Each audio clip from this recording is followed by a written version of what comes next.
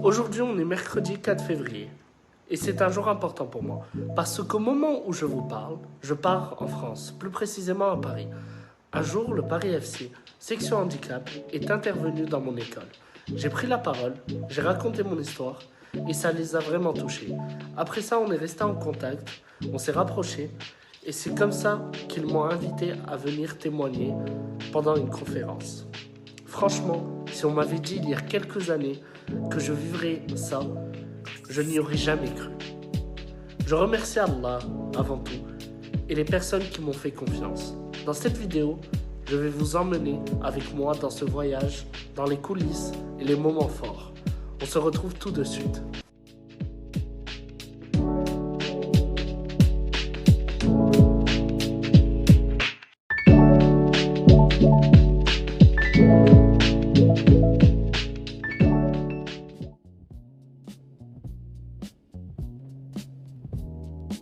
On est dans l'avion et départ pour France et je vais faire la conférence bientôt, donc on se retrouve à tout de suite. Bon. Salut les gars, j'espère que vous allez bien. Alors juste pour vous expliquer, aujourd'hui on est arrivé un peu tard, du coup on n'a pas pu faire je n'ai pas pu faire la première conférence, donc mais j'ai rencontré le consulat du Maroc et tout ça et c'était vraiment quelque chose de cool. J'ai pas pu filmer, du coup je vais juste vous filmer le moment où je vais aller aux Champs-Élysées pour juste m'amuser et tout ça et demain Inch'Allah il y aura la conférence, donc voilà, c'est juste pour vous dire qu'aujourd'hui on a juste vu le consulat du Maroc et tout ça et on a sympathisé avec eux, on a parlé, etc. Et en fait ils me connaissaient de mon histoire et tout ça et du coup ça m'a fait énormément plaisir et voilà, on était avec l'association et le coach de Paris FC. Bon là je suis dans un Uber, on part aux Champs-Élysées, donc à tout de suite. Là on est arrivé à la Madeleine, du coup voilà, on va un peu visiter et on va faire des photos aussi. Voilà, du coup je vous montre un peu à quoi ça ressemble. Là je vais faire des photos Insta et après on va se balader. Là je suis avec mes potes. Vous voulez apparaître dans la vidéo? Voilà. Ilyes Guedira, ça va? Tranquille? Alhamdoulilah, c'est un de mes meilleurs potes. Zaid aussi, Sharfin. Ils m'ont accompagné en France, c'est hyper cool de leur part. Bon, vas-y, ciao. Les gars, juste je fais juste cette petite pause pour vous montrer la tour Eiffel et je sais pas si on la voit. Attendez, je vous montre ça et là-bas la tour Eiffel. Voilà. Là on cherche un restaurant avec les gars et dès qu'on le trouve je pose et je fais une dégustation. Vas-y, ciao. Regardez les gars, c'est magnifique. Il y a mes potes devant. On cherche vraiment un resto parce que là il est tard, on a faim et on va aller aux Champs-Élysées là et on va bouffer. Voilà. Alors les gars, j'espère que vous allez bien. Bon là on est aux Champs-Élysées en train de marcher, on est en train d'aller vers les Champs-Élysées. Là je suis avec mes potes, je suis avec Zaid et Ilyes est en train de me filmer. Et je voulais vous dire justement, comme je vous ai expliqué dans le Uber, aujourd'hui on a juste vu le consulat. J'ai pas fait la conférence parce que je suis arrivé en retard à cause d'une grosse queue à l'aéroport. Pas une grosse queue, non. Et voilà. Donc là on va chercher un restaurant, on va manger. Et on se retrouve tout à l'heure. Vas-y, ciao. Les gars, alors je voulais juste vous dire, on a fait un peu tous les restaurants d'ici, aux Champs-Élysées quoi. Et là, je suis à côté du magasin Louis Vuitton. Et voilà, je vais partager ça parce que c'est vraiment magnifique. Et je voulais vous dire aussi, du coup, on va aller manger à Black & White puisqu'on a cherché un restaurant halal, puisque comme vous le savez, je suis musulman. Et voilà, du coup, c'est parti. Vas-y. Les gars, juste je voulais vous montrer, genre pour vous faire partager ce moment. C'est vraiment magnifique pour ceux qui ont jamais vu. Bon, il y a des gens bien sûr qui sont en France et tout ça. Mais voilà, je voulais juste vous montrer que c'est vraiment extraordinaire cette vue. Bon, allez, c'est parti pour le resto. Black & White, c'est parti. Allez. Alors, les gars, on vient d'arriver devant le Black & White Burger de Ibra TV, puisqu'on cherchait On est à gare, c'est gare quoi déjà? Gare Saint-Lazare. Gare Saint-Lazare. Et les gars, je suis complètement crevé parce qu'il faut savoir, j'ai pas dormi toute la nuit pour l'avion et tout ça. Parce qu'il fallait qu'on parte très tôt, comme je vous l'avais dit. Et du coup, voilà, juste en chair, on a fait tous les Champs-Élysées et tout ça, c'était trop bien. Je vous montrerai quelques extraits dans la vidéo. Et voilà, là on va goûter le burger de Ibra TV. Et bah voilà, on se retrouve tout de suite. Alors les gars, j'ai pris un West Coast et voilà l'emballage. C'est un dicton qu'avait dit Ibra TV. On peut sortir singe de la forêt, mais on sortira pas forêt de la singe. Bon, donc voilà, on va goûter. J'ai pris un West Coast et des frites. On va commencer par le burger. Voilà les gars, il ressemble à ça, on va goûter tout de suite. Bismillah. C'est vraiment bon.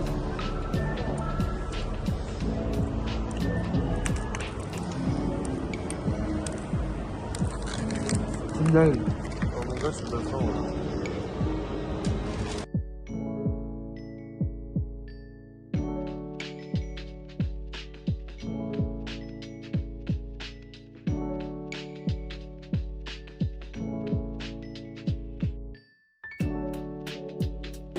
Salut les gars, alors j'espère que vous allez bien. Là je viens de me réveiller, on est dans une boulangerie, regardez.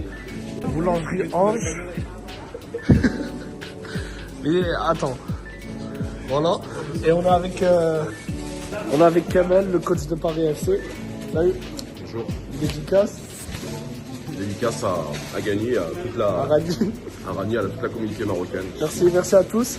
Et là je vais manger, après on va faire la conférence. Là je suis avec Ilyes, mon sahab. On a fait tout Paris hier. Et on vient de se réveiller, on a la tête dans... m'a touché énormément lors de la conférence que j'ai fait au lycée Descartes, parce que son histoire elle a été bouleversante et en même temps le mot résilience veut dire beaucoup de choses, le dépassement de soi. Et comme vous le savez, l'handicap peut toucher n'importe qui, et à n'importe quel moment de ça, on est bien là, respectez papa et ma, papy et ma, le maître et la mère. Et ça c'est très important, on est bien là. Du bruit! Ce garçon aujourd'hui, il a fait plus d'une douzaine d'opérations au niveau du visage. Ce garçon était en route avec sa maman. Ce garçon était derrière sa maman. Je ne sais pas pourquoi. Sa maman lui a dit « Mon fils, mets-toi derrière ». La ceinture était accrochée. Sa maman roulait tranquillement. Elle a fait un dépassement sur la droite. Et il y a un camion qui n'a pas signalé sa présence par un triangle. La voiture est passée en dessous. Du 19 tonnes. Sa maman est décédée quasiment sur le coup. La seule chose qu'elle a dit, faites attention à mon fils. Sa maman, elle a été happée, donc je ne vous raconte pas la suite. Happée, ça veut dire beaucoup de choses. Et ça, il l'a vu. Il est rentré dans le coma juste avant de voir sa maman partir. Et aujourd'hui, il était important pour moi qu'il soit avec vous, à vos côtés, pour échanger. Parler aussi de l'harcèlement qu'il a subi dans l'établissement. Parce que 12 opérations, un front et un visage qui était complètement déformé. Les prouesses de la médecine a été juste exceptionnelles. Et je voudrais un maximum de bruit pour ce garçon.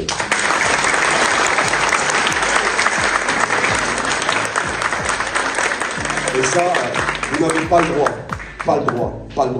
droit de vous moquer de quelqu'un qui soit en situation de handicap, qui soit en difficulté, qui soit dans une précarité. Tendre la main à une personne en situation de handicap ou en difficulté, lui dire juste bonjour, peut changer une journée, voire une vie. Et ça, c'est important. Merci à toi, Gani, d'être là. Rani, on commence pas, d'accord? C'est un vrai plaisir que tu sois à nos côtés au sein du Paris FC. Raconte ton histoire avec les mots. Ils ont 2 ans ou voire 3 ans de différence, c'est pas énorme. Et ce que tu as vécu, on le souhaite à personne. Mais aujourd'hui, tu voyages dans tout le Maroc, en Europe, sur l'international. On était à Kinshasa dernièrement et je vais vous faire peut-être un cadeau. Je ne sais pas s'il répondra, il le fait souvent, mais là il est tôt. Le parrain du Paris FC, c'est Maître Gims et le papa de Gims, Diado Juda. Et je vais essayer de l'appeler tout à l'heure. On l'a eu à Descartes au Maroc. On va essayer de l'appeler pour vous faire ce petit cadeau. Merci à toi. Je vais m'asseoir avec le public et en même temps, quand je vais t'interpeller, je te poserai des questions. Ne parle pas trop fort du micro parce qu'il est bien réglé. La sono est à parfait. Il y a une petite place à côté de quelqu'un? Ah ouais, c'est bon. Alors, juste une préférence, je m'assois avec des élèves qui ont 19 de moyenne, donc c'est pas ici.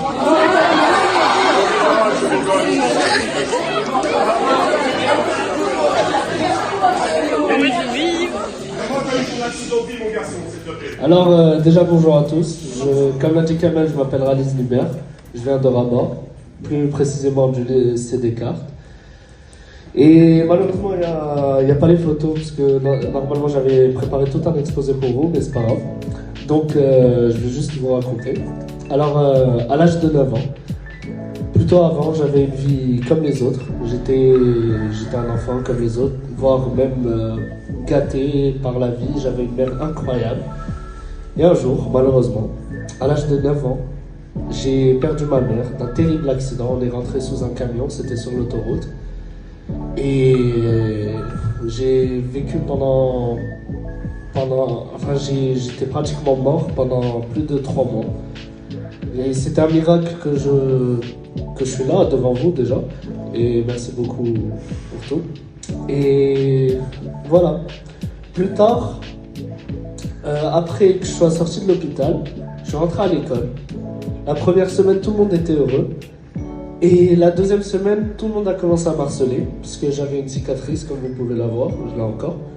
Et ces gens-là me disaient des choses comme « tu es un monstre »,« ta mère elle te méritait pas », des choses hyper difficiles.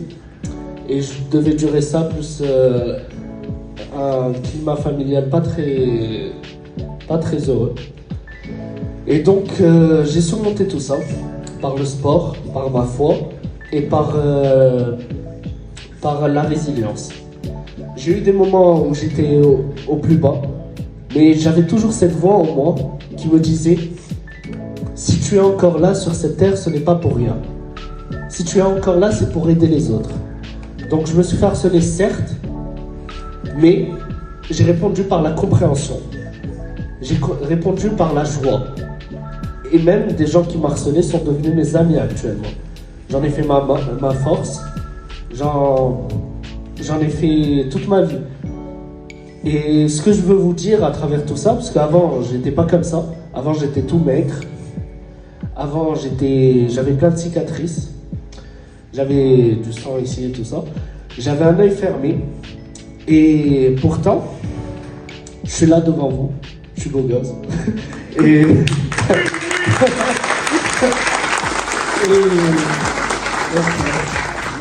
Et voilà, c'est juste pour vous montrer que rien n'est impossible. Et aussi que un jour, je voulais mettre fin à mes jours, la vérité. Et juste quand tu dis je voulais mettre fin à mes jours, parce que ces élèves, tu vois, ils sont pas très loin de toi au niveau de l'âge.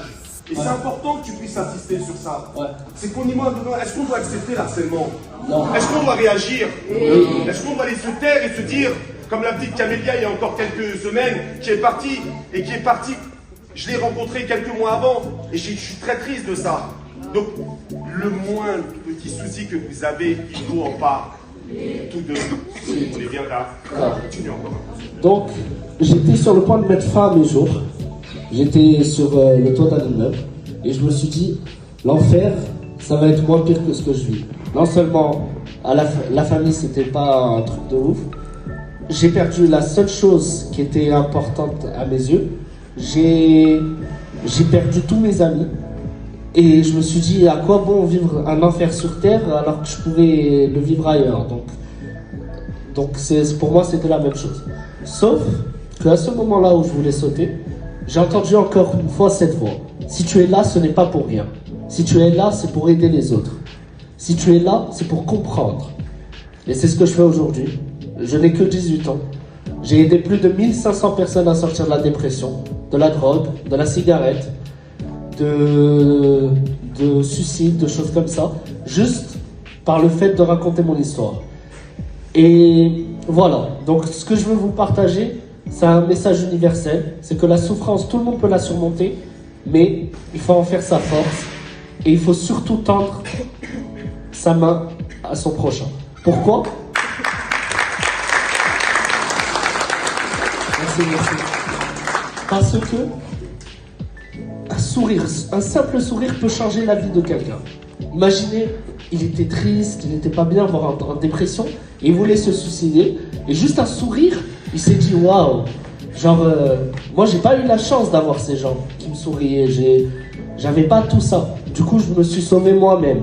Mais vous, je vous demande de sauver les autres et de donner la chance que je n'ai pas eue à ceux qui vivent des choses pareilles. Donc merci à tous.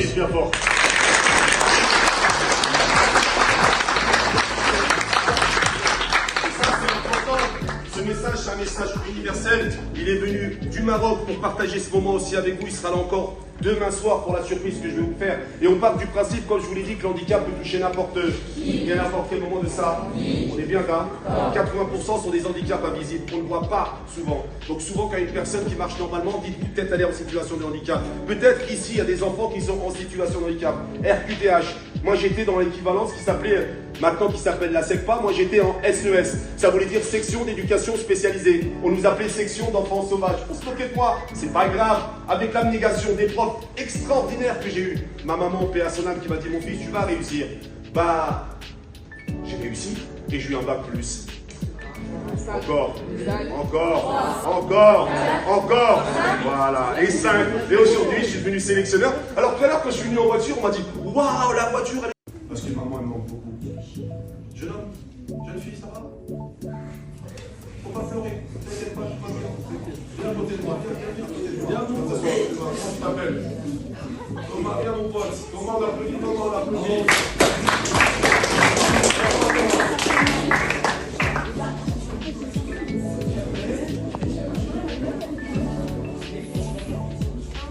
Allez. On applaudit Thomas, du bruit pour les applaudissements.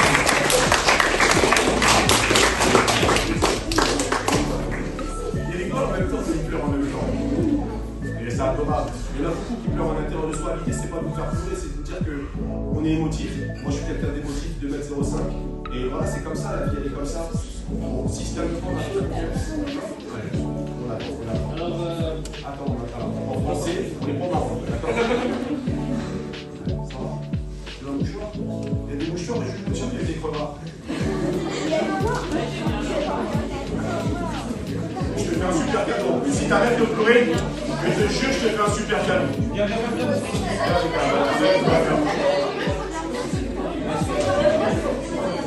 Allez, va avec lui du jour. Va avec eux.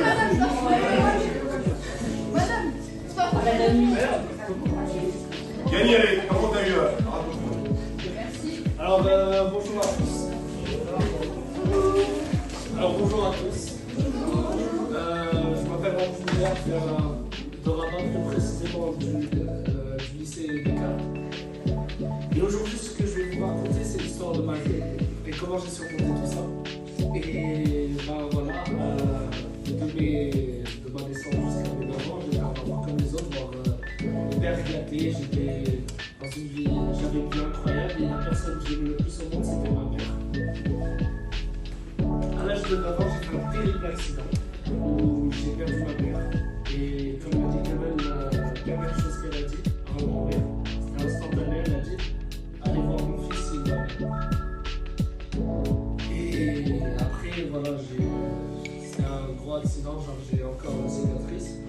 Et dans cet accident, j'ai perdu mon lobe frontal droit, ce qui veut dire j'avais perdu mes émotions, j'avais pas perdu ma mémoire. Je ne savais même pas que ma mère était morte. On me l'a annoncé, c'est mon père qui me l'a annoncé au bout de 3 semaines. Il me disait tous les jours que ma mère allait bien et tout ça. J'ai bien, j'ai l'espoir et je ne meurs pas en fait. Et c'était hyper compliqué. Et quand j'ai appris que ma mère est morte, j'ai directement retrouvé l'émotion de la tristesse. Ça veut dire que mon cerveau il commence à se régénérer dans d'autres parties des dents. Et voilà, après je suis rentré à l'école.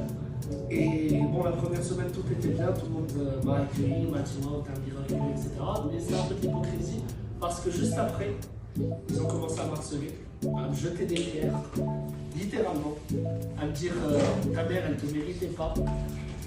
T'es un singe parce que j'étais chauve, j'avais des cicatrices, j'avais un œil fermé, celui-là. Et voilà, donc moi, je voudrais remercier ma mère parce qu'elle m'a toujours appris de voir la bonté dans les gens, malgré leur méchanceté. Et c'est ce que j'ai fait. Malgré qu'ils m'ont harcelé, qu'est-ce que j'ai fait? J'ai pas répondu le feu par le feu, J'ai répondu par la compréhension. Je leur ai expliqué. Je leur ai fait comprendre. Et je suis sorti de l'harcèlement. Je suis sorti d'une situation familiale très compliquée. J'ai fait du sport, je suis devenu beau gosse. Et... Oh, tu t'emballes un peu, hein. Bah, je suis devenu beau gosse. On peut l'applaudir, on peut l'applaudir. Et aujourd'hui, j'ai aidé plus de 1500 personnes grâce à mes séminaires. Je n'ai que 18 ans. Et grâce à mes séminaires, grâce à ma chaîne YouTube, The Right Defender, j'ai aidé plus de 1500 personnes à sortir de la drogue, de la cigarette, de la tristesse, de la dépression, du suicide. Et à un moment, justement, pour parler de ça, parce que c'est vraiment important, écoutez bien. À un moment, j'en avais marre. Je voulais mettre fin à mes jours, littéralement. Je me suis dit, je me fais battre, je me fais harceler, je ne peux plus rester sur cette terre. Et il n'y a même pas la personne que j'aime le plus au monde, ma mère, pour me réconforter. Donc je me suis dit, c'est bon, l'enfer, ce sera mieux. Et après, le moment où je voulais sauter, j'ai entendu une voix. Si tu n'es pas mort et tu es revenu, ce n'est pas pour rien. Si tu es là, c'est pour que tu aides les autres à comprendre la souffrance. Et j'en ai fait ma force. Du coup, je suis l'exemple même que rien n'est impossible. Et je voudrais vous dire que moi, j'ai été mon propre sauveur. Et je vous demande à vous d'être le sauveur des autres. Un sourire, un compliment, ça peut changer la vie d'une personne. Imaginez une personne triste toute la journée et qui allait faire une très mauvaise décision, voire le suicide. Et juste un sourire, ça vous prend 2 secondes, peut lui changer sa vie. Donc soyez ce héros. Merci beaucoup. Qu'est-ce que tu peux dire à cette jeunesse? On voit souvent dans les écoles, dans les établissements scolaires, même au travail, que l'harcèlement il commence quand? L'harcèlement il commence, les filles et les garçons, quand ça devient répétitif. Quand tu dis t'es gros, ah t'es gros, oh t'es gros, là c'est répétitif et ça vient de l'harcèlement. Et là il faut en parler, là il faut en discuter, faut pas le garder pour vous, jamais en parler, c'est le plus important. On est bien là, car l'handicap peut toucher n'importe qui, et à n'importe quel moment de ça, on est bien là. Avec un maximum de bruit pour les autres.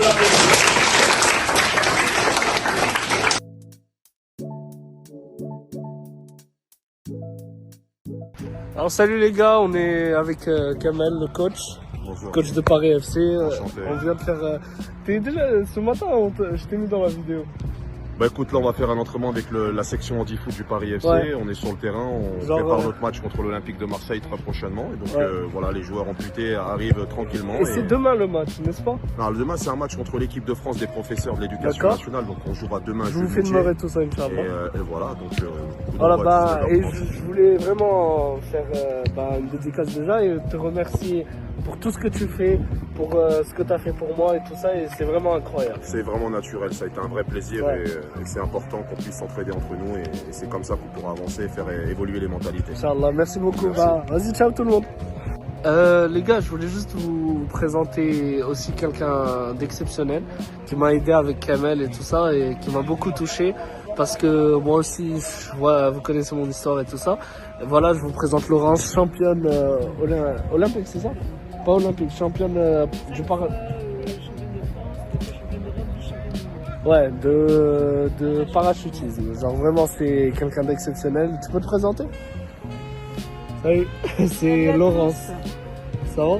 Elle a vécu des choses extraordinaires à travers son handicap et tout ça. Et tabarakallah, elle est Et là, je suis en train de me faire mouiller. Ouais, parce que il pleut, moi aussi.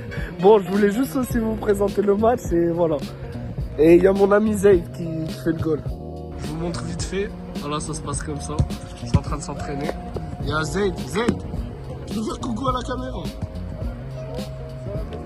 Voilà. C'est vraiment extraordinaire des gens en situation de handicap qui font ça. C'est vraiment impressionnant. Et Zayd, il s'est fait prendre un but. C'est la première fois de sa vie. Yo les gars, alors j'espère que vous allez bien. Là, on a fini la journée. Juste après, c'est juste il fait tomber des trucs. On a commandé. Vas-y, t'es chiant. On a commandé Pepe Chicken. Je suis avec mes potes là. Voilà, on va manger ça. Voilà, il y a Zayd. J'ai faim. Il y a Ilyes. Et il y a un joueur exceptionnel, Aboubakar, Bouba. Vous montrer ses liens. Tu peux me présenter vite fait? Tu peux me présenter vite fait? C'est encore je fais aussi. Rapide, ça c'est rapide, il est fatigué. Bon vas-y, on se retrouve demain, ciao tout le monde.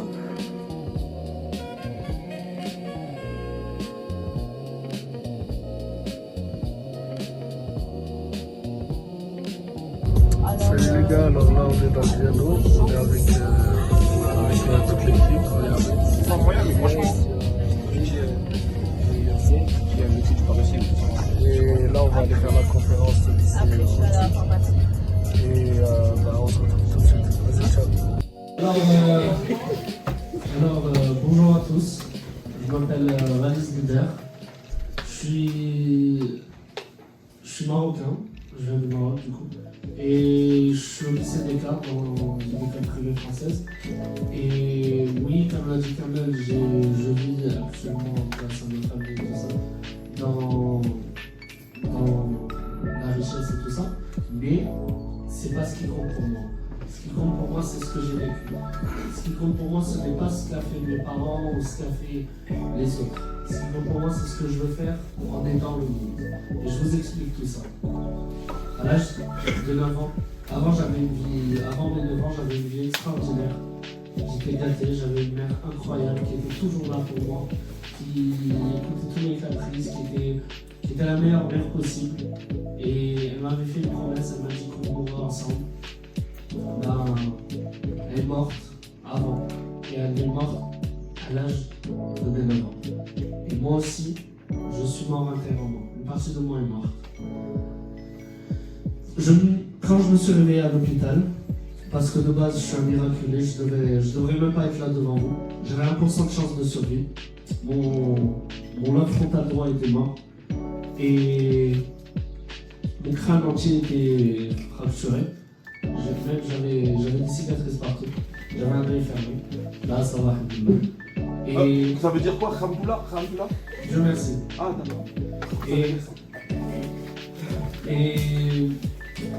Et on m'a annoncé au bout de 3 semaines, parce que j'avais posé directement la question, moi je m'en foutais de moi.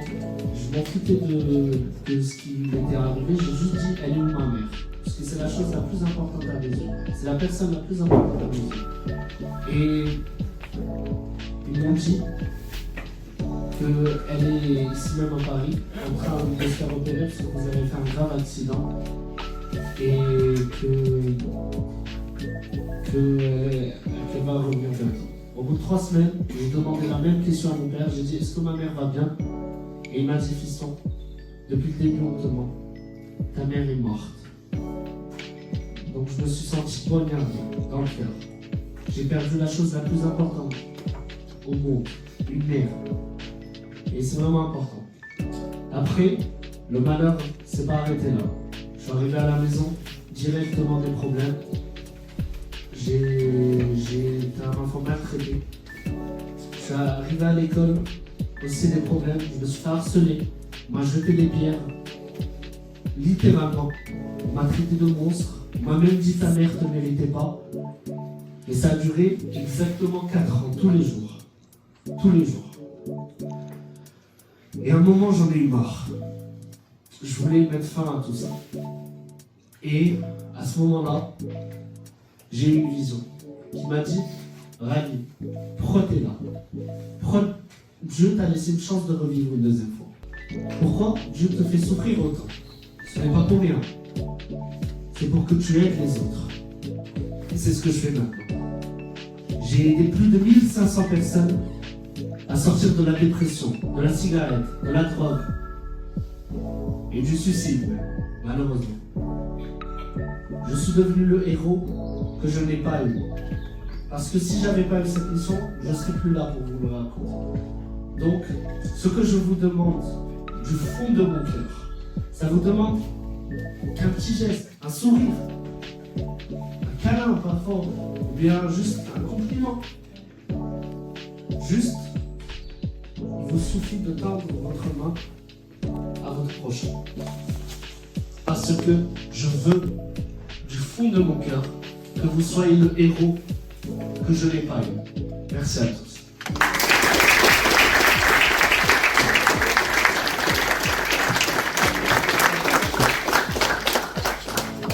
sache que ton témoignage est bouleversant, en même temps avec beaucoup d'émotions et c'est important. Voilà, en tout cas, moi, ça a été une vraie fierté de t'accompagner à Rabat. À Rabat, à Paris, ici, on a passé un super moment. Tu rentres demain, on a encore une belle journée. Demain, avec une structure, on va rencontrer 200 femmes, non pas en situation de handicap, en tout cas certaines, d'autres qui sont maltraitées. Et moi, je suis très fier d'être avec toi, très fier de partager ce moment. On s'est rencontrés au lycée Descartes, on est arrivé à une conférence, il y avait 200 personnes, tu es intervenu. Ton témoignage m'a bouleversé, je ne sais pas qui tu étais, je ne sais pas que ce que tu représentais au Maroc. Mais moi, j'en avais strictement rien à faire. L'idée, c'était la personne que je voulais voir. Aujourd'hui, tu es là, tu viens un moment extraordinaire. Tu m'as dit, j'ai envie de voir ces lycéens, collégiens français. Il a fait le collège hier, aujourd'hui le lycée. On peut l'applaudir encore bien.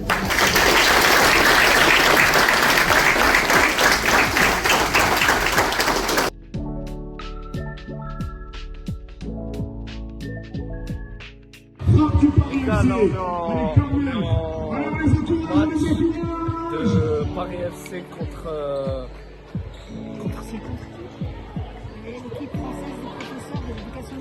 l'équipe française. Bah, vous avez entendu. Voilà, juste je vous montre vite fait. Voilà, alors il y a toutes les écoles où j'ai fait avec Kamel et Laurence et toute l'équipe la conférence.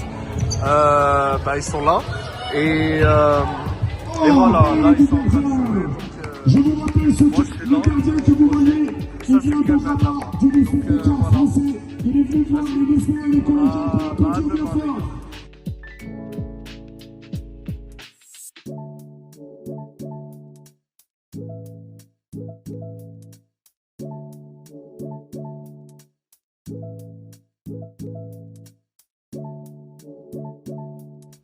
Salut tout le monde. Alors c'est la fin de la vidéo. J'espère que vous avez kiffé. J'ai pas pu tout filmer bien sûr parce qu'il y avait des endroits où c'était privé.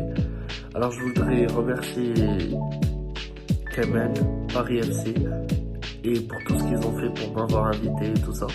Il y a eu un moment où les enfants ils ont voulu faire des autographes et tout ça.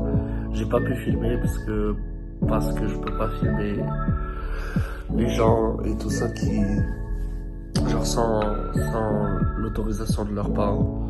Et voilà, c'était vraiment hyper cool. J'ai réalisé mon rêve et merci aussi de me soutenir dans cette chaîne YouTube. Et voilà, c'était vraiment cool. Hier aussi on a fait une conférence. J'ai fait une interview devant des femmes qui étaient en situation difficile et c'était extraordinaire, mais j'ai pas pu filmer.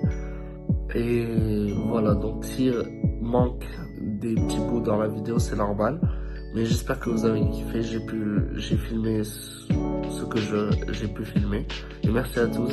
C'était The Light Defender, à toutes.